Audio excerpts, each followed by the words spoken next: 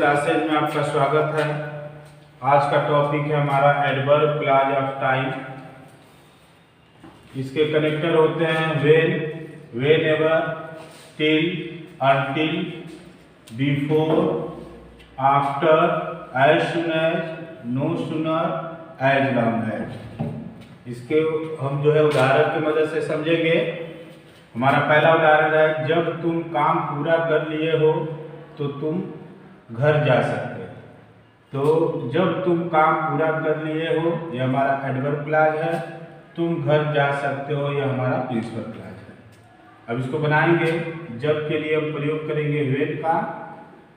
तुम काम पूरा कर लिए हो, यह आपका प्रेजेंट परफेक्ट टेंस है। और प्रेजेंट परफेक्ट टेंस का बनाने का रूल है, पहले सब्जेक्ट, तो सब्जेक्ट यू है, यू के साथ लगता है हैव के बाद से क्रिया का थर्ड फॉर्म यानी वर्ब का थर्ड फॉर्म। तो पूरा करना का कंप्लीट होता है, कंप्लीट का थर्ड फॉर्म होता है कंप्लीटेड, कार का हो गया द वर्ब। इस तो के लिए, तब के लिए हम कामा का प्रयोग करते हैं। उसके बाद से दूसरा वाक्य, तुम घर जा सकते हो, अनुमति दी गई है, इसमें मे का प्रयोग करेंगे। You may go to home या हाउस। दूसरा वाक्य है, जब तुम आओगे तब मैं लिखना शुरू कर दूंगा। तो जब तुम आओगे, जब के लिए होता है व्हेन। तुम आओगे, यह आपका सिंपल फ्यूचर टेंस है। लेकिन एक बात ध्यान रखिए, एडवर्ब क्लॉज में विल या शैल का प्रयोग नहीं होता है। अगर वाक्य फ्यूचर है, फ्यूचर इंडेफिनिट है, उसे उस फ्यूचर इंडेफिनिट टेंस को हम प्रेजेंट इंडेफिनिट टेंस में बनाते हैं, क्योंकि एडवर्ब क्लॉज में विल शैल का प्रयोग नहीं होता है। तो इसको बनाएंगे यू कम, तब के लिए कामा दे देंगे, मैं लिखना शुरू कर दूंगा। तो आई शैल, आई के साथ शैल लगता है। स्टार्ट मतलब होता है शुरू करना, लिखना राइटिंग, मैं लिखना शुरू कर दूंगा, तो हो गया राइटिंग।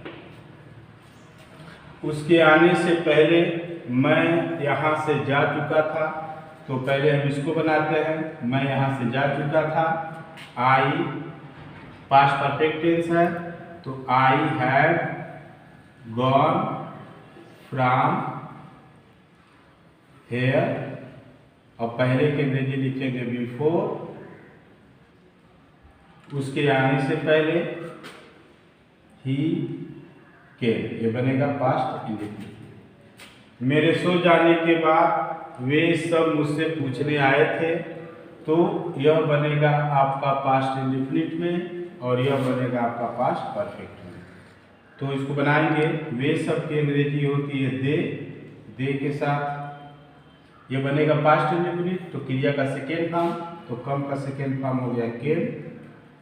पूछने, टू आस्क मी, बाद की अंग्रेजी हो गई आफ्टर। इसको बनाएंगे पास्ट परफेक्ट में, आई हैड गॉन। अगला उदाहरण है, वह जब कभी आएगा मैं उसकी मदद करूंगा। तो जब कभी के लिए प्रयोग होता है व्हेनेवर का, तो लिखेंगे व्हेनेवर वह आएगा। यह भी फ्यूचर है, लेकिन यह एडवर्ब क्लॉज है, इसीलिए इसको हम प्रेजेंट इंडेफिनिट में बनाएंगे। तो बनेगा ही कम्स, कामा देंगे, मैं उसकी मदद करूंगा, तो आई शैल हेल्प हिम। आप इस वाक्य को पहले भी लिख सकते हैं, I shall help him whenever he comes. इसको ऐसे भी बनाया जा सकता है, प्रिंसिपल क्लॉज को पहले लिखा जा सकता है, और जो सबऑर्डिनेट क्लॉज है, एडवर्ब क्लॉज है, उसको बाद में लिखें। मैं वहाँ जब कभी गया उसे अनुपस्थित पाया। तो मैं वहाँ जब कभी गया, तो जब कभी के लिए होता है व्हेनेवर। आई वेंट देयर, कामा उसे अनुपस्थित पाया, आई फाउंड हर अपसेट। आप इसको ऐसे भी लिख सकते हैं, आई फाउंड हर है, जब तक तुम लोग नहीं आओगे तब तक मैं नहीं आऊंगा। तो जब तक नहीं तब तक के लिए हम प्रयोग करेंगे until। until यू, तुम लोग की अंग्रेजी यू आओगे तब। मैंने बताया है कि एडवर्ब क्लॉज में जो है विल शैल का प्रयोग नहीं होता है। तब तक के लिए कामा देंगे। मैं नहीं आ जाऊंगा, आई के साथ लगेगा शैल, नहीं के अंग्रेजी नॉट, जाना का अंग्रेजी विल। आप इसको ऐसे भी बना सकते हैं, आई शैल नॉट गो, मैं नहीं जाऊंगा। उसके बाद से सबऑर्डिनेट क्लॉज को आप इधर लिख सकते हैं, until you come। अगला उदाहरण है, जितनी देरी तक वह काम करता है उतनी देरी तक मैं काम करूंगा। तो जितनी देरी तक के लिए हम लगाते हैं as long as वह काम करता है, he works। उतनी देरी तक के लिए हम देंगे काम, मैं काम करूंगा, I shall work। अगला उदाहरण है, ज्यों ही वो मुझे देखी त्यों ही वह रोने लगी। तो ज्यों ही के लिए हम प्रयोग करते हैं as soon as। वह मुझे देखी पास्ट इंडेफिनिट टेंस है, तो सी देखना का सी होता है, सेकेंड फॉर्म सा, मुझे का मी, त्यों ही के लिए कामा देंगे, वह रोने लगी। जब कोई काम प्रारंभ होता है, जैसे वो पढ़ने लगा, वह सोने लगा, तो वहाँ जो है हम बिगिन का प्रयोग करते हैं। तो यहाँ पे बनाएंगे सी, और रोने लगी पास्ट इंडेफिनिट है, तो बिगिन का सेकेंड फॉर्म हो जाएगा बिगेन टू रीड। आप इसको नो सूनर से भी बना सकते हैं, एज सून एज को जो है हम नो सूनर से भी बना सकते हैं। नो सूनर, जब नो सूनर का प्रयोग करते हैं तब हेल्पिंग वर्ब का प्रयोग होता है। नो सूनर के तुरंत बाद हेल्पिंग वर्ब, और यह हेल्पिंग वर्ब जो है यह जिस टेंस होगा उसी टेंस का हेल्पिंग वर्ब लगेगा। तो पास्ट इंडेफिनिट है, इसीलिए यहाँ पे लिखेंगे डिड। सी, जब यहाँ डिड हो गया तो क्रिया का फर्स्ट फॉर्म हो जाएगा सी मी। अब यहाँ कामा का प्रयोग नहीं करते, नो सूनर के साथ दैट का प्रयोग होता है।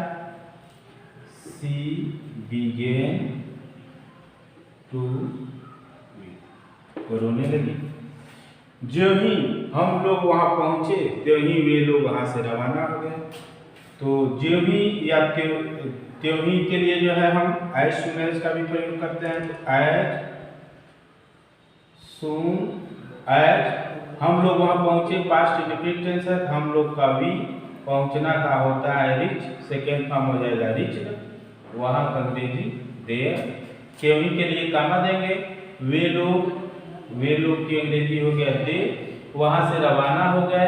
तो रवाना होना का स्टार्ट होता है, क्योंकि अब पास्ट इंडेफिनिट है तो पास्ट इंडेफिनिट में क्रिया का सेकेंड फॉर्म होता है, तो स्टार्ट का स्टार्टेड हो गया, वहां से फ्रॉम देयर।